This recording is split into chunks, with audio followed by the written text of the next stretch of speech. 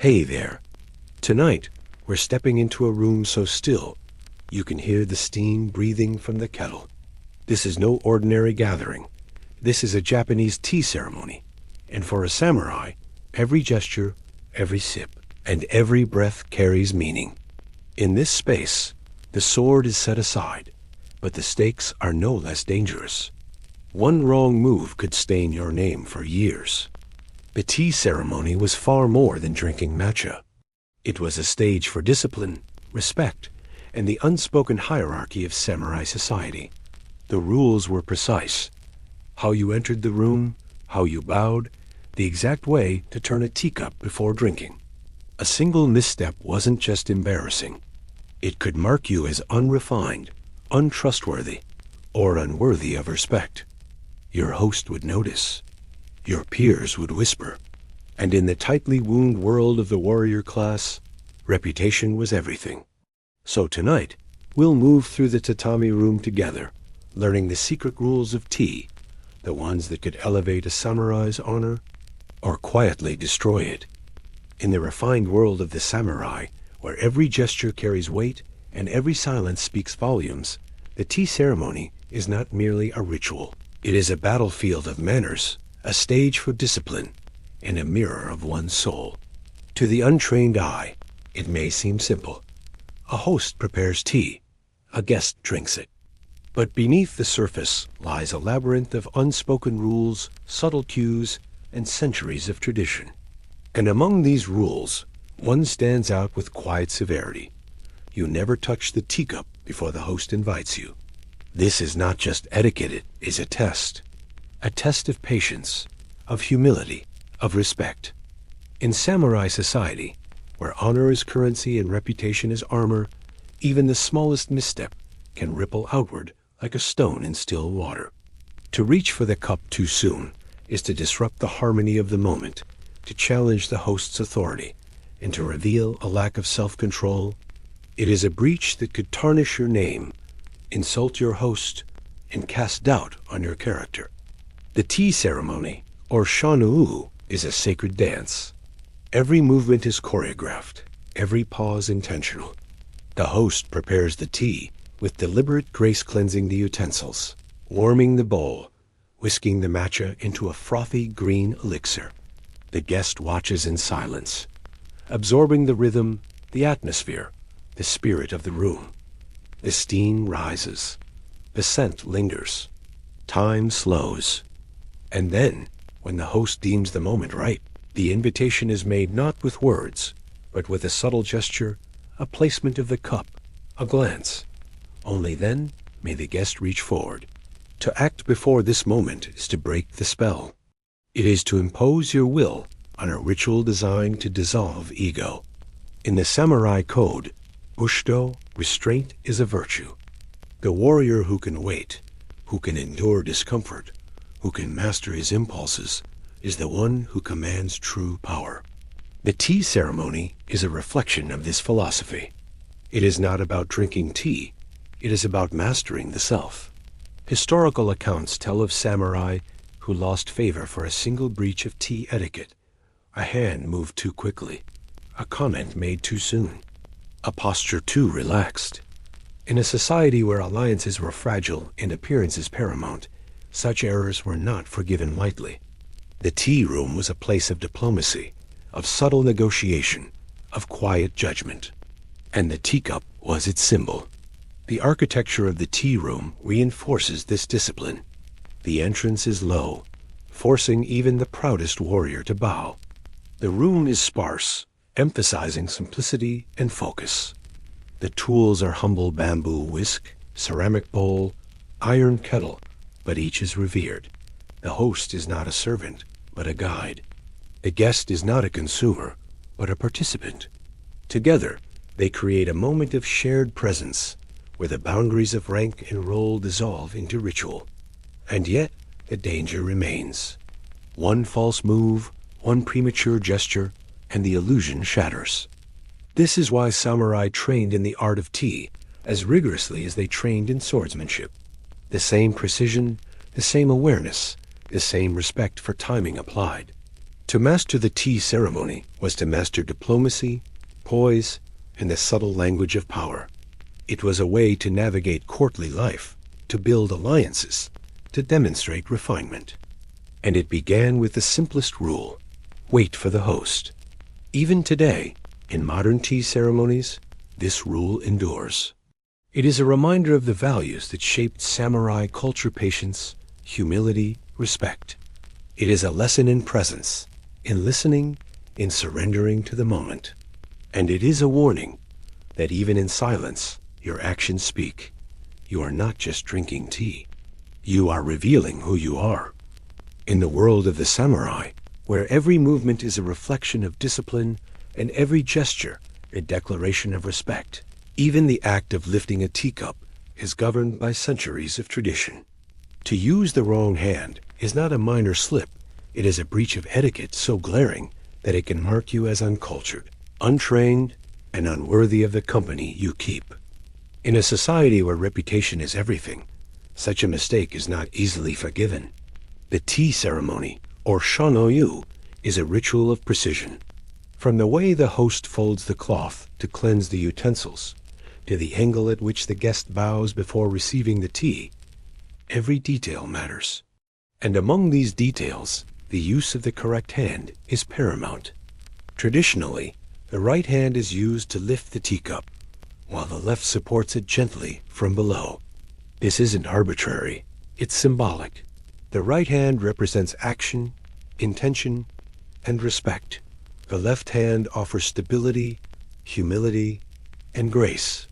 To reach with the left hand alone, or to sip without support, is to disrupt the balance of the ritual. It suggests haste, carelessness, or worse, ignorance.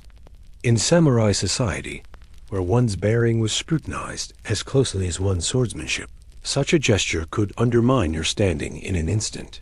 It could signal that you were not properly trained, that you lacked refinement, that you did not belong. This rule was not just about aesthetics, it was about philosophy. The tea ceremony was a reflection of wabi-sabi, the Japanese aesthetic of simplicity, imperfection, and transience. It was also a reflection of bushido, the way of the warrior, which emphasized honor, restraint, and mindfulness. To use the correct hand was to show that you understood these values. To use the wrong one was to show that you did not. In diplomatic settings, where samurai gathered to discuss alliances, resolve disputes, or honor guests, the tea ceremony was often the stage. And on that stage, every gesture was a line in the script. A misplaced hand could be interpreted as disrespect to the host, a challenge to the hierarchy, or a sign of poor upbringing. It could cost you trust, favor, or opportunity. Training in tea etiquette was therefore essential. Young samurai were taught not just how to fight, but how to sit, bow, speak, and drink. They learned the choreography of the ceremony as carefully as they learned the forms of combat. Because in the tea room, reputation was forged not by strength, but by subtlety. Even today, in modern tea ceremonies, the tradition endures. Guests are gently corrected if they reach with the wrong hand. Hosts observe quietly, noting who understands the ritual and who does not. The ceremony remains a test not of knowledge, but of awareness, not of status, but of sincerity. To lift the teacup with the proper hand is to honor the host, the tradition, and the moment. It is to say, without words, I am present. I am respectful. I am worthy. To do otherwise is to speak a different message, one that cannot be unsaid. You are not just drinking tea. You are revealing your culture. In the refined world of samurai culture, where silence is eloquent and every gesture is a reflection of inner discipline, the act of bowing is not merely a formality, it is a language. A bow is a sentence without words, a signal of respect, humility, and awareness. But like any language, timing is everything. In the tea ceremony, where centuries of tradition converge in a single quiet moment, bowing at the wrong time is more than a mistake, it is a silent insult. The tea ceremony, or shonuyu, is a ritual of precision. Every movement, from the folding of the cloth to the placement of the teacup, is choreographed with care. The host and guest engage in a subtle dance, each gesture responding to the other, each pause filled with meaning. The bow is one of the most important steps in this dance. It marks transitions, acknowledges offerings, and seals moments of shared presence. But it must be done at exactly the right time. To bow too early is to rush the ritual. It suggests impatience, a lack of understanding, or a desire to control the moment. It interrupts the flow, breaks the rhythm, and places the guest ahead of the host, a breach of etiquette that undermines the host's role and disrupts the harmony of the ceremony. In samurai society, where hierarchy and timing are sacred, such a gesture could be seen as arrogance. To bow too late is no less damaging. It implies inattentiveness, distraction, or indifference. It suggests that the guest is not fully present, not attuned to the host's cues, not respectful of the shared space. In a culture where mindfulness is a virtue and presence is a form of honor, a delayed bow can cast doubt on the guest's sincerity and refinement. The correct bow is subtle, deliberate, and responsive. It follows the host's gesture, not with haste, but with grace. It is low enough to show humility, but not so low as to suggest servitude. It is held long enough to convey respect, but not so long as to seem theatrical. It is a gesture of balance between self and other, between tradition and spontaneity, between form and feeling. Samurai were trained in this art from a young age. They learned not just how to fight, but how to sit, how to bow, how to move through the world with dignity. The tea ceremony was a crucible for these lessons, a place where posture, timing, and silence revealed character. A well-timed bow could earn respect. A poorly timed one could cost it. Historical accounts tell of samurai who lost favor for a single misstep in the tea room. A bow given too soon, a gesture made too late, a silence held too long. In a society where reputation was everything, and where the tea room was often a stage for diplomacy, such errors were not forgotten. They were recorded, remembered, and sometimes punished. Even today, in modern tea ceremonies, the timing of the bow remains crucial. Hosts watch closely. Guests are guided gently. The ritual endures not as a relic, but as a living tradition. It teaches patience, awareness, and the art of listening without words. To bow at the right moment is to honor the host, the ceremony, and the centuries of culture behind it. To bow at the wrong moment is to speak out of turn in a language older than memory. You are not just participating in a ritual. You are revealing your soul. In the tea room, silence is not the absence of sound. It is the presence of intention. Every movement, every breath, every gesture is performed with quiet precision. The tea ceremony, or shonayu, is a ritual of stillness and grace, where even the act of setting down a teacup becomes a test of discipline. To make noise, especially the sharp clink of ceramic on lacquer, is to break the spell. It is a disruption that echoes louder than words, a mark of clumsiness that the entire room feels. The lacquered tray is more than a surface. It is a stage. Its polished sheen reflects the light, the cup, and the care with which it is handled. When the guest finishes their tea, they must return the cup with reverence. The fingers guide it gently. The wrist lowers it slowly. The base touches the tray with barely a whisper. This is not just etiquette, it is philosophy. It is the embodiment of shizuka, the Japanese ideal of quietude and composure. To set the cup down with a clink is to announce yourself not as a participant in harmony, but as an intruder in ritual. It suggests haste, distraction, or lack of training. In samurai society, where restraint was a virtue and self-mastery a mark of honor, such a sound could tarnish your reputation. It could signal that you were not attuned to the moment, not respectful of the host, not worthy of the ceremony. Samurai were trained to move silently, not just in battle, but in life. The tea room was a place to refine this skill. The rustle of fabric, the shift of weight, the placement of objects, all were performed with care. The silence was not empty.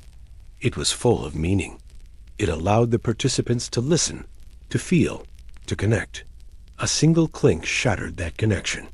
The host, too, moved in silence. The preparation of the tea, the cleansing of the tools, the presentation of the cup all were done with fluid grace. The guest's role was to mirror this discipline, to receive the tea with gratitude, to drink with mindfulness, to return the cup with humility. The silence between them was a conversation, a communion, a shared presence. Even today, in modern tea ceremonies, the rule endures.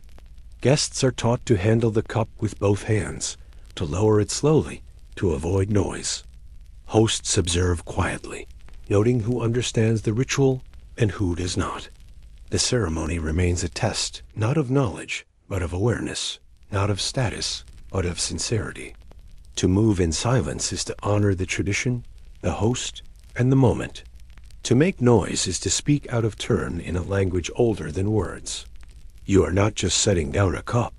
You are revealing your discipline. In the tea room, drinking is not a reflex, it is a ritual. The tea ceremony, or shanu, transforms the simple act of sipping into a moment of mindfulness, a gesture of respect, and a reflection of centuries-old values. To gulp the tea in one motion is to betray the spirit of the ceremony. It is to reduce a sacred act to a common one, to reveal hunger where there should be grace, and to expose a lack of refinement that cannot be undone. The tea itself, most often matcha, a finely ground green tea powder whisked into a frothy elixir, is not served for refreshment. It is served for presence. Its bitterness is intentional, its texture deliberate, its temperature precise. The host prepares it with care, cleansing the tools, warming the bowl, whisking the tea with practiced rhythm. The guest receives it with reverence, bowing before lifting the cup, turning it slightly to admire its form, and then sipping slowly, deliberately, with full attention. To drink all at once is to rush the moment. It suggests impatience, distraction, or ignorance. It implies that the guest sees the tea as a beverage, not a symbol. In samurai society, where restraint was a virtue and every action a reflection of inner discipline, such a gesture could be seen as vulgar. It could mark the guest as untrained, uncultured, or unworthy of the ceremony. Savoring is mandatory, not just for etiquette, but for philosophy. The tea ceremony is rooted in wabi-sabi, the Japanese aesthetic of simplicity, impermanence, and quiet beauty. It is also shaped by Bushido, the way of the warrior, which emphasizes honor, humility, and mindfulness. To sip slowly is to embody these values. It is to show that you are present, that you are grateful, that you understand the weight of the moment. The guest is expected to take 3 sips. The first is to taste. The second is to appreciate. The third is to complete. Each sip is a step in the ritual, a note in the silent music of the ceremony. After the final sip, the guest wipes the rim of the cup with a cloth, turns it to admire its craftsmanship, and returns it to the host with a bow. This is not just etiquette, it is a conversation without words. Samurai were trained in this art as rigorously as they were trained in combat. The tea room was a place to refine their awareness, their posture, their timing. It was a place to demonstrate poise, to build alliances, to show respect. A single gulp could undermine all of that. It could suggest that the guest was driven by appetite, not by intention, that they were focused on consumption, not connection. Even today, in modern tea ceremonies, the rule endures. Guests are gently guided to sip slowly, to pause between sips, to reflect on the taste, the texture, the temperature. Hosts observe quietly, noting who understands the ritual and who does not. The ceremony remains a test not of manners, but of mindfulness. To savor the tea is to honor the host, the tradition, and the centuries of culture behind it. To gulp is to speak out of turn in a language older than memory. You are not just drinking tea, You are revealing your refinement. In the tea room, every gesture is a reflection of respect, and every object carries meaning. The teacup is not just a vessel, it is a symbol of the host's care, the guest's awareness, and the centuries of tradition that shape the tea ceremony. Among the many rules that govern this ritual, one stands out for its subtlety and significance: the way the cup is turned. To turn it incorrectly is to dishonor the host, to disrupt the harmony, and to commit a silent insult that speaks volumes. The teacup, often handcrafted and adorned with delicate patterns or calligraphy, is presented with its most beautiful side as shown facing the guest. This is a gesture of generosity, a way for the host to offer not just tea, but beauty. The guest, upon receiving the cup, is expected to admire it, bow in gratitude, and then turn the cup slightly before drinking. This turn is not random, it is deliberate. The guest rotates the cup so that the decorated side faces away toward the host as a sign of humility and respect. This act is deeply symbolic. It acknowledges the host's effort, honors the craftsmanship of the cup, and places the moment above the self. It says, "I see your offering, and I return it with reverence." To drink from the cup without turning it, or worse, to turn it the wrong way, is to ignore this exchange. It suggests carelessness, ignorance, or self-centeredness. In samurai society, where reputation was built on subtlety and honor, such a mistake could be quietly devastating. The tea ceremony, or shanui, is a ritual of mindfulness. Every movement is intentional, every pause meaningful. The turning of the cup is part of this choreography. It is a gesture that bridges host and guest, tradition and presence, form and feeling. To get it wrong is to break the rhythm, to speak out of turn in a language of silence. Samurai were trained to notice these details. The tea room was a place of diplomacy, where alliances were forged and reputations tested. A misstep in etiquette could signal weakness, disrespect, or lack of refinement. Turning the cup incorrectly might seem minor, but in a culture where every gesture mattered, it was a breach that could not be ignored. Even today, in modern tea ceremonies, this rule endures. Guests are taught to recognize the showman, to turn the cup with care, to drink with awareness. Hosts observe quietly, noting who understands the ritual and who does not. The ceremony remains a mirror reflecting not just manners, but character. To turn the cup correctly is to honor the host, the tradition, and the moment.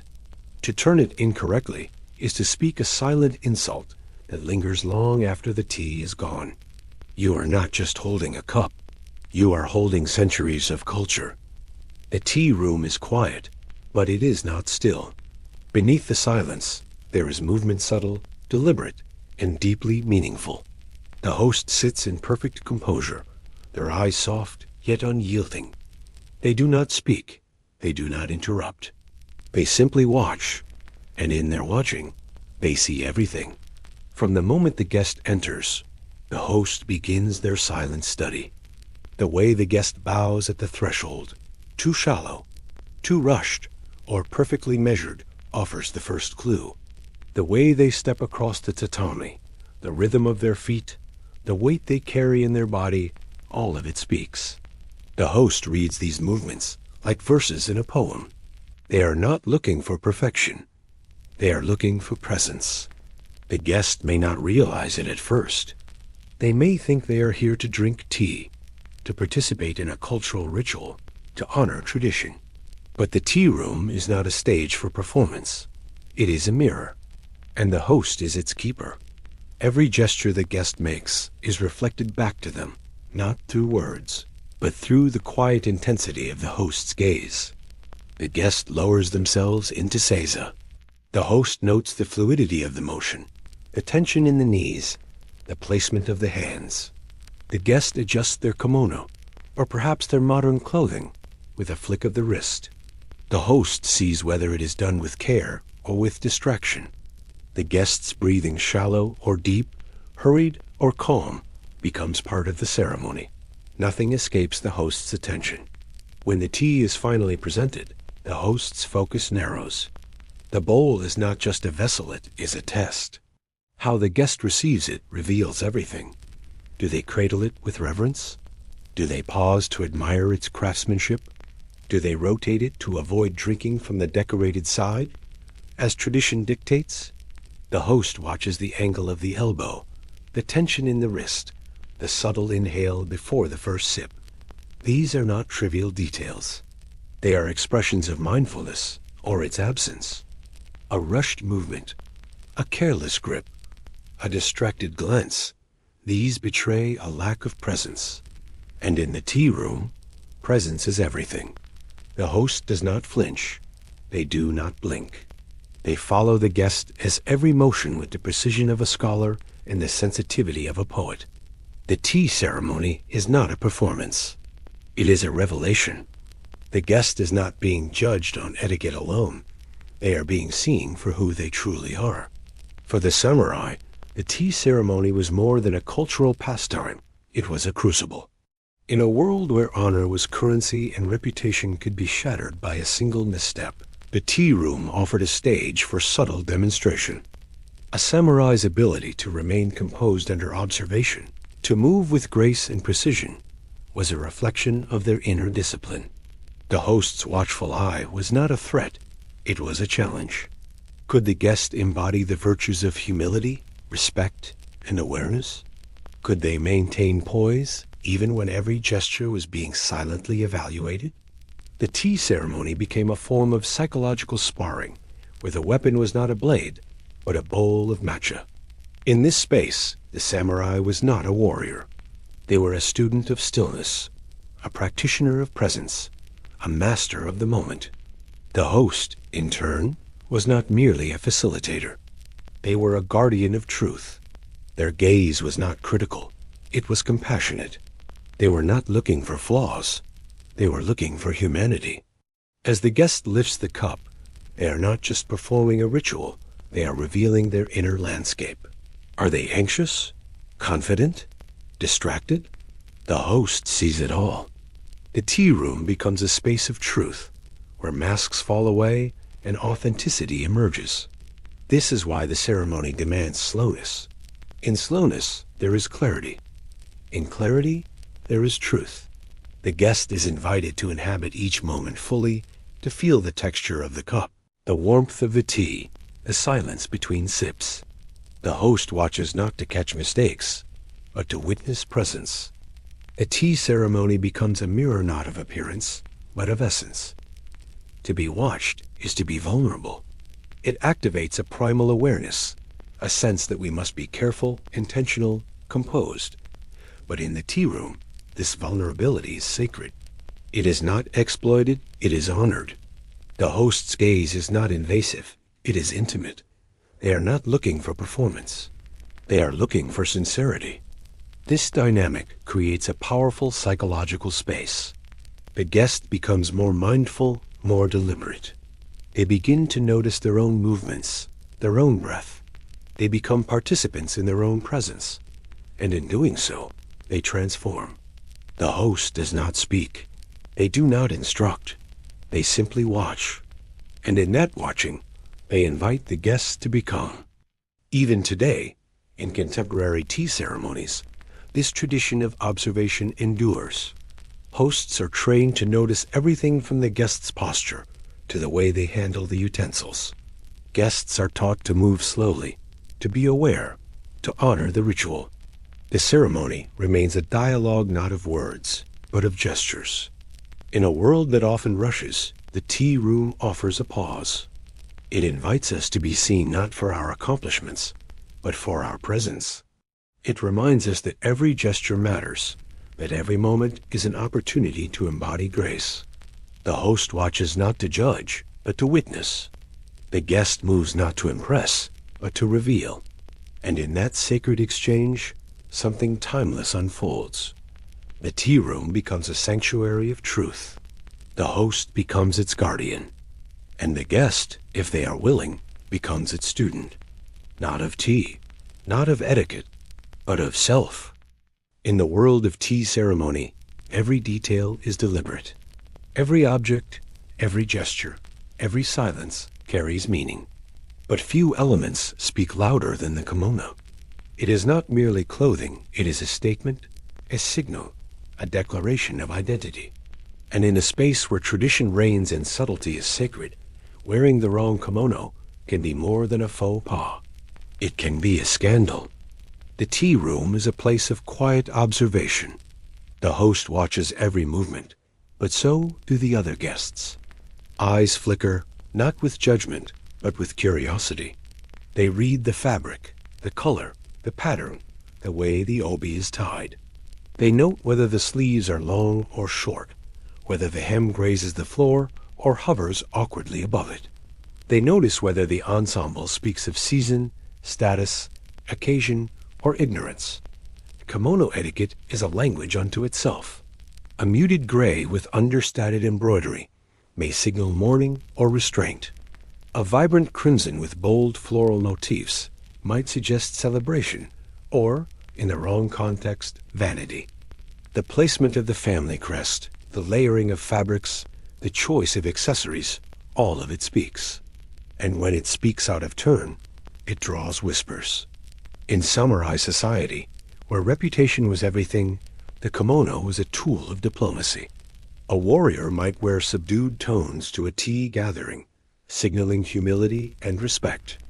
A guest arriving in flamboyant attire risked being seen as arrogant, careless, or worse, ignorant of the sacred codes.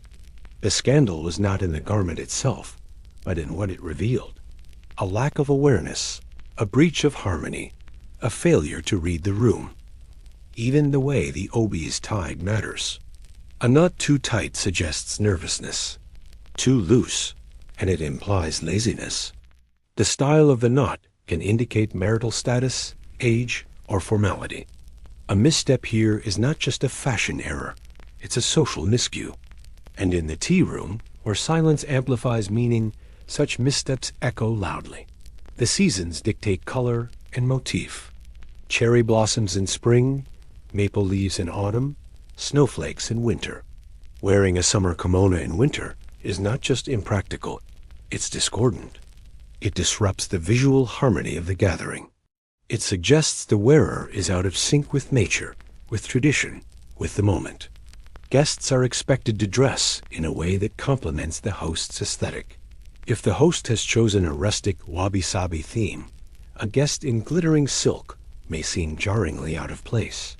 The scandal is not in the luxury, but in the lack of sensitivity. The tea ceremony is not about standing out. It is about blending in, contributing to the whole, honoring the shared experience. In some cases, the wrong kimono can spark more than whispers. It can shift dynamics, alter perceptions, even end relationships. A samurai who arrives inappropriately dressed may be seen as disrespectful, untrustworthy, or politically tone-deaf. All eyes may distance themselves. Rivals may seize the moment. The tea room, though serene, is not without consequence. Even today, in modern tea gatherings, kimono etiquette remains potent. Practitioners study the codes, consult with experts, and prepare meticulously. A well-chosen kimono enhances the ceremony. It deepens the atmosphere. It shows respect. A poorly chosen one disrupts the flow, draws attention, and undermines the ritual. The kimono is not just worn, it is read.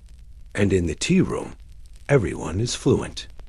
In the tea room, silence is not passive, it is charged.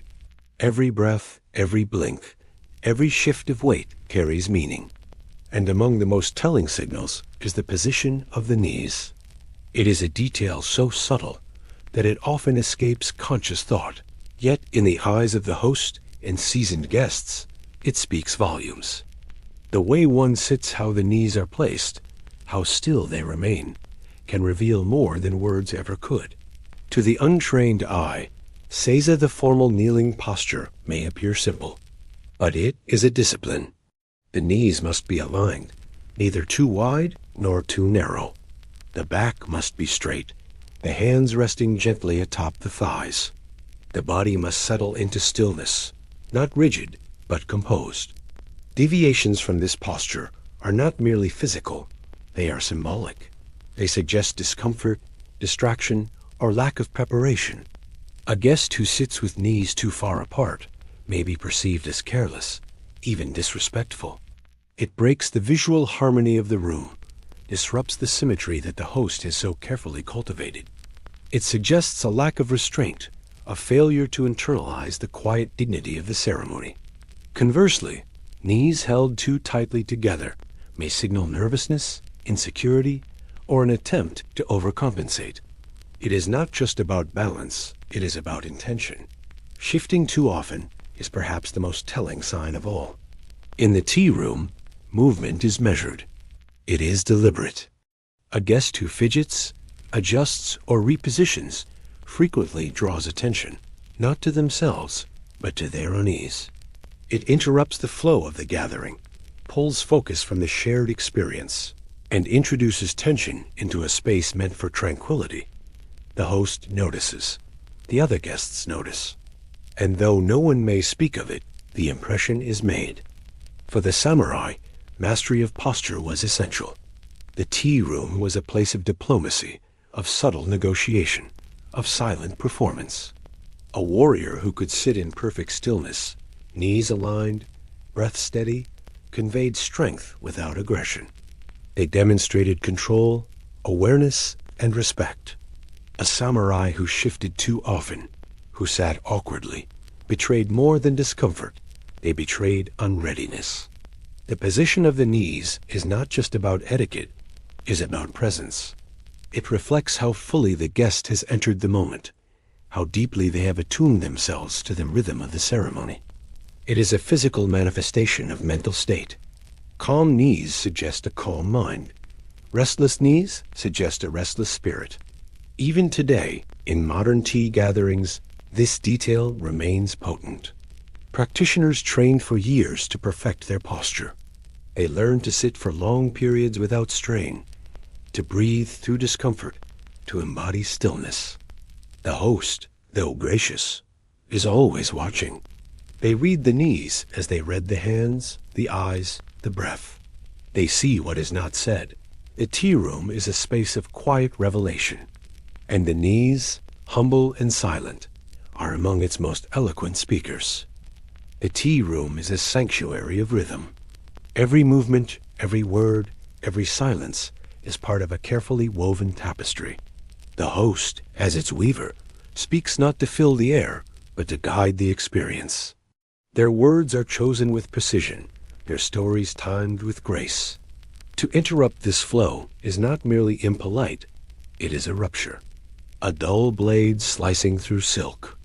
When the host speaks, it is not casual conversation. It is part of the ceremony. Their story may be brief, a reflection on the season, a note about the tea bowl's origin, a memory tied to the scroll hanging in the alcove. These stories are not tangents. They are threads. They bind the guest to the moment, to the space, to the spirit of the gathering. To interrupt is to sever that thread. The offense is not in the words spoken by the guest, it is in the timing. Even a well-intentioned comment, a thoughtful observation, becomes intrusive if it breaks the host's rhythm. The tea ceremony is not a debate. It is not a platform for shared storytelling. It is a ritual of listening, of receiving, of honoring the host's offering. To speak out of turn is to place oneself above the ceremony. In samurai society, where hierarchy and respect were paramount, interrupting the host was more than a breach of etiquette, it was a challenge. The host, often a figure of cultural or political significance, used the tea room to convey subtle messages, to build alliances, to test character. A guest who interrupted revealed impatience, arrogance, or ignorance. It was a sign of poor training, of a mind unready for the discipline of silence. The host's story is not always literal. Sometimes it is told through gesture, through the placement of a flower, through the choice of incense. To interrupt with words is to miss the deeper language of the ceremony. It is to impose noise on a space designed for quiet revelation. The host may not react outwardly. They may smile, nod, continue. But the damage is done. The atmosphere shifts. The thread is broken. Even today, in modern tea gatherings, this principle holds. Practitioners are taught to listen deeply, to wait for pauses, to respond only when invited. The host's story is sacred. It is part of the choreography. To cut through it with unsolicited commentary is to disrupt the dance. It is not about ego, it is about harmony. The tea room is a world apart. It is not governed by the rules of casual hospitality, nor by the rhythms of everyday life. It is a space of ritual, of reverence, of quiet magic. And within this space, the utensils, the chasen, whisk, the shishaku scoop, the kama, kettle, the natsum, tea caddy, are not mere tools. They are sacred instruments. To touch them without permission is not just a breach of etiquette, it is a violation of the ceremony's soul. Each item in the tea room has a lineage. Some have been passed down through generations, imbued with history and memory. Others have been chosen with care, their textures and shapes harmonizing with the season, the mood, the host's intention. They are placed with precision. Their arrangement is deliberate. They are not to be handled casually. They are to be approached with respect, and only when invited. When a guest reaches out to touch a utensil unbidden, the spell is broken. The atmosphere shifts. The quiet reverence that the host has cultivated begins to unravel. It is not simply that the guest has acted prematurely. It is that they have disrupted the choreography. The tea ceremony is a dance, and every movement has its place. To step out of turn is to stumble across the stage. The whisk, for example, is not just a tool for mixing matcha. It is a symbol of transformation. Its delicate tines, carved from a single piece of bamboo, represent the host's care, the guest's readiness, the merging of elements into harmony. To touch it without invitation is to interrupt that transformation. It is to impose oneself on a process that is meant to unfold organically. The scoop, slender and curved, is used to measure the tea. Its gesture is precise, almost poetic. The host lifts it with grace, allowing the powdered matcha to fall into the bowl like a whisper. When a guest reaches for it, they do not simply handle bamboo, they handle meaning. And if they do so without permission, they reveal a lack of understanding, a failure to honor the ritual's depth. The kettle, heavy and elemental, holds the water that will bring the tea to life. Its steam rises like breath, its placement on the hearth a symbol of warmth and welcome.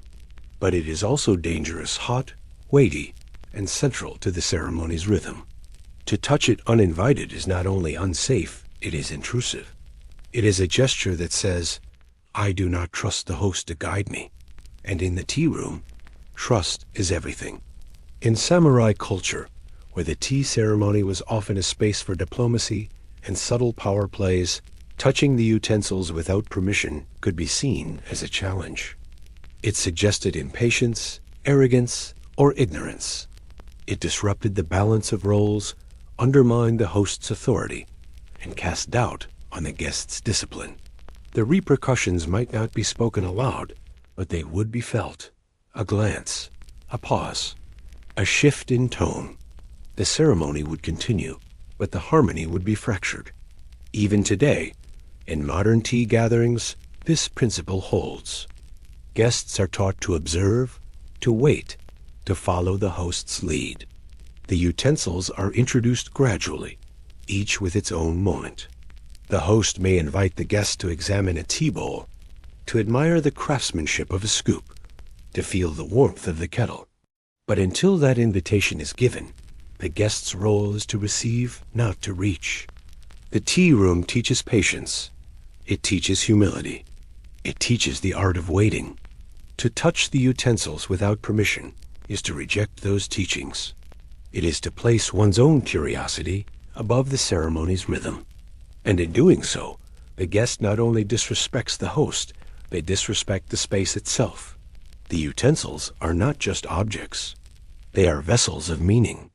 They carry the host's intention, the guest's experience, the spirit of the moment. To handle them without care is to mishandle the ceremony's heart. In the tea room, nothing is accidental. Every object, every placement, every texture and tone has been chosen with care.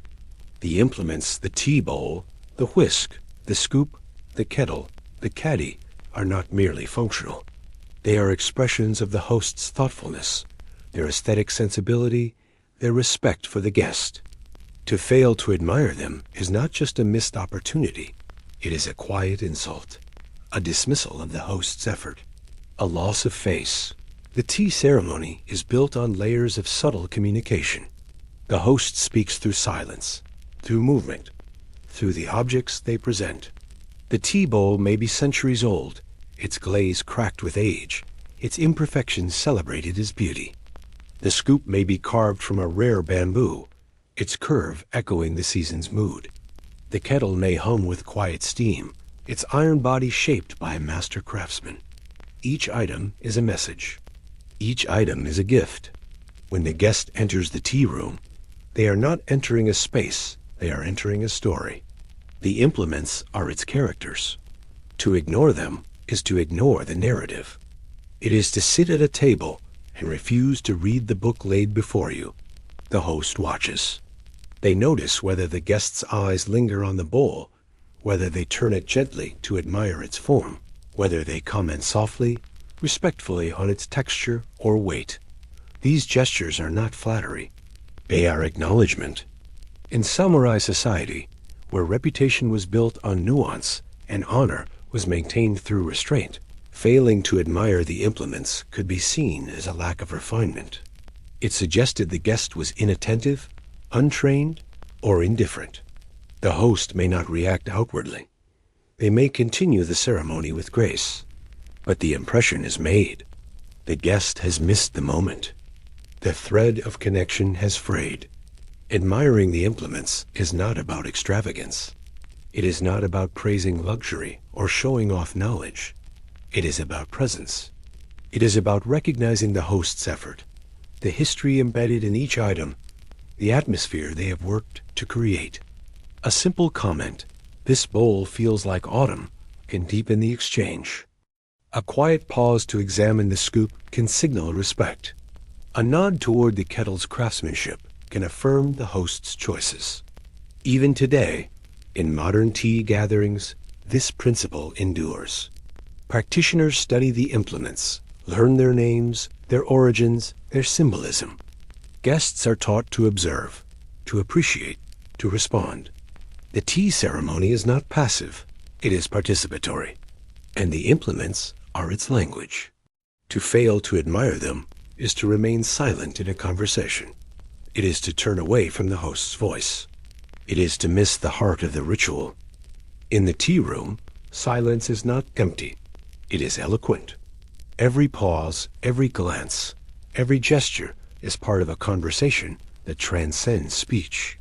When words do enter this space, they must be chosen with the same care as the tea bowl, the scroll, the placement of the tatami mat. Compliments, in particular, are delicate instruments. They must be subtle, sincere, and sparing.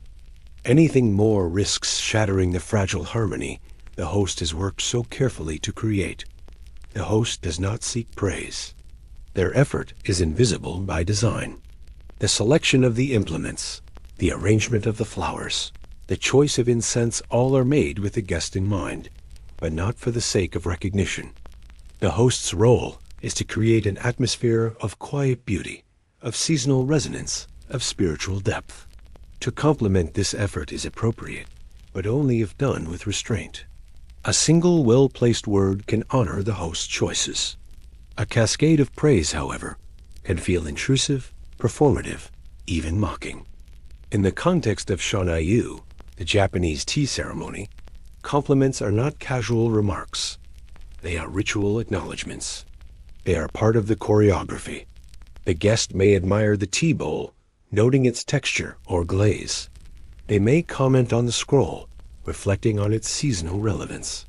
They may express appreciation for the tea itself, its bitterness, its warmth, its clarity. But each compliment must be brief, specific, and timed with care. It must arise naturally from the moment, not from a desire to impress. Samurai culture, which deeply influenced the tea ceremony, valued restraint above all. A warrior's strength was measured not by volume, but by control. To speak too much was to reveal weakness. To flatter excessively was to betray insecurity. Compliments, like sword strokes, were to be precise and purposeful. A guest who lavished praise upon the host risked being seen as insincere, manipulative, or ignorant of the ceremony's deeper values. The host, though gracious, is always listening. They hear not just the words, but the tone, the timing, the intention. A compliment given too early may seem rehearsed. One given too late may feel forced. The ideal compliment arises organically, like steam from the kettle. It is brief, specific, and sincere. It does not seek attention. It seeks connection. Consider the tea bowl. It may be rustic, with an uneven glaze and a chipped rim. To the untrained eye, it may seem flawed. But to the host, and to those who understand wabi-sabi, the beauty of imperfection, it is perfect. A guest who says, "This bowl feels like autumn," honors the host's aesthetic. A guest who says, "This is the most beautiful bowl I've ever seen in my life," risks sounding theatrical, even mocking. The excess of praise overwhelms the object. It turns appreciation into spectacle. The same applies to the tea itself. Matcha is not sweet. It is bitter, vegetal, earthy. It is meant to awaken the senses, to ground the guest in the moment. A simple, "The tea is very balanced today," is enough. It shows attentiveness, respect, and understanding. A guest who exclaims, "This is the best tea I've ever tasted," may mean well, but the volume of the compliment disrupts the quiet rhythm of the ceremony.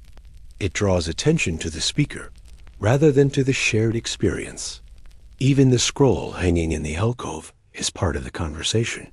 It may bear a Zen phrase, a seasonal poem, or a single character.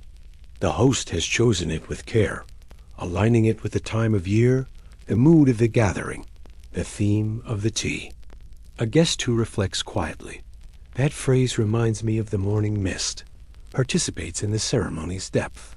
A guest who launches into a lengthy interpretation risks dominating the space, turning the tea room into a lecture hall. In modern tea gatherings, this principle remains vital. Practitioners are taught to observe deeply, to speak sparingly, to compliment with grace. Compliments are not currency, they are offerings. And like all offerings in the tea room, they must be balanced, harmonious, and true. To compliment well is to listen first, to notice the host's rhythm, their aesthetic, their silence, to speak only when the moment calls, and when it does, to say just enough. The tea room is not a place one simply enters and exits. It is a world unto itself, a space suspended in time, governed by rhythm, silence, and mutual respect. From the first bow at the threshold to the final bow before departure, every moment is part of a sacred arc. To leave before that arc completes is not just a breach of etiquette, it is a rupture, a shattering of the circle that holds the ceremony together. The final bow is not a formality. It is the seal. It is the gesture that closes the ritual, that honors the host's effort, the guest's presence, and the shared experience. Without it, the ceremony remains open, unfinished, unresolved. The host may smile, may continue with grace, but the absence of that last bow echoes through the space like a broken chord. In the tea ceremony, time is not measured by clocks. It is measured by transitions. The preparation, the serving, the sipping, the quiet reflection all lead toward a conclusion that is as important as the beginning. The final bow is that conclusion. It is the moment when the guest acknowledges the host's hospitality, the host acknowledges the guest's presence, and both part with mutual respect. To walk out early is to abandon that respect. It is to treat the ceremony as a transaction rather than a communion. It suggests impatience, distraction, or disregard. And in a space where every gesture matters, such a departure is deeply felt.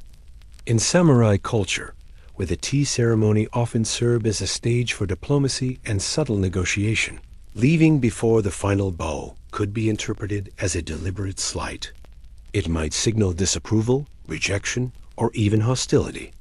The host, trained to read nuance, would understand the message. All eyes might take note. Rivals might seize the moment. The tea room, though serene, was never without consequence. Even today, in modern tea gatherings, this principle holds. Practitioners are taught to remain until the end, to bow with sincerity, to complete the ritual with grace. The final bow is not optional. It is essential. It is the gesture that transforms the ceremony from a series of actions into a shared experience. To leave before it is to break the spell. In the rigid, ritual-bound world of samurai society, honor was not simply a virtue. It was a form of currency, a measure of one's worth, a shield and a sword. It could elevate a man to legendary status or cast him into permanent disgrace.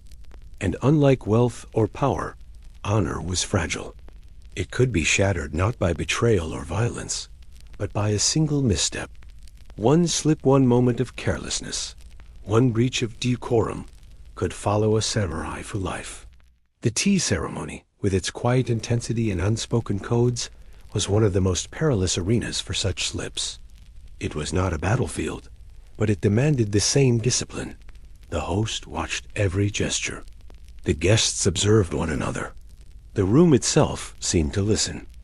A misplaced bow, an inappropriate comment, a failure to admire the implements, a premature departure, any of these could mark a man as unrefined, disrespectful, or unworthy of trust. And once marked, the stain was difficult to remove. Samurai society was built on memory. Stories were passed from mouth to mouth, generation to generation. A single breach of etiquette could become legend not for its drama, but for its symbolism.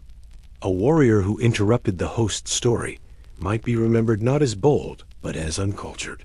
One who touched the utensils without permission might be seen as reckless. One who failed to bow at the end might be branded as dishonorable.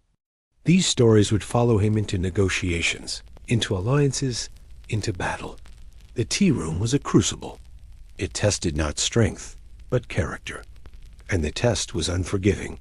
Even outside the tea room, the principle held. A samurai's reputation was built on how he carried himself, in silence, in ceremony, in conversation. A single slip could undermine years of discipline. It could cast doubt on his training, his loyalty, his wisdom. And in a society where perception shaped reality, that doubt could be fatal. In the tea room, nothing is random.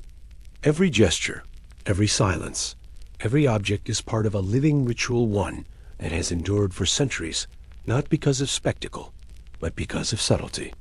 The tea ceremony is not a performance. It is a mirror. It reflects who you are when no one is speaking, when every movement matters, when the only sound is the quiet breath before a sip. To enter this space is to step into a world where decorum is not decoration, it is discipline. Where the angle of your elbow, the position of your knees, the way you admire a bowl or wait for the final bow, all speak louder than words. Here, honor is not declared, it is demonstrated. And one slip, one moment of carelessness can echo far beyond the tatami. The host watches, but not to judge. They watch to understand. And the guest, if they are wise, watches themselves. Because in this room, you are not just drinking tea. You are revealing your character. The ceremony ends not with applause, but with a bow, a gesture of humility, a seal of respect. And when you rise to leave, you carry more than the taste of matcha. You carry the memory of how you moved, how you listened, how you were seen.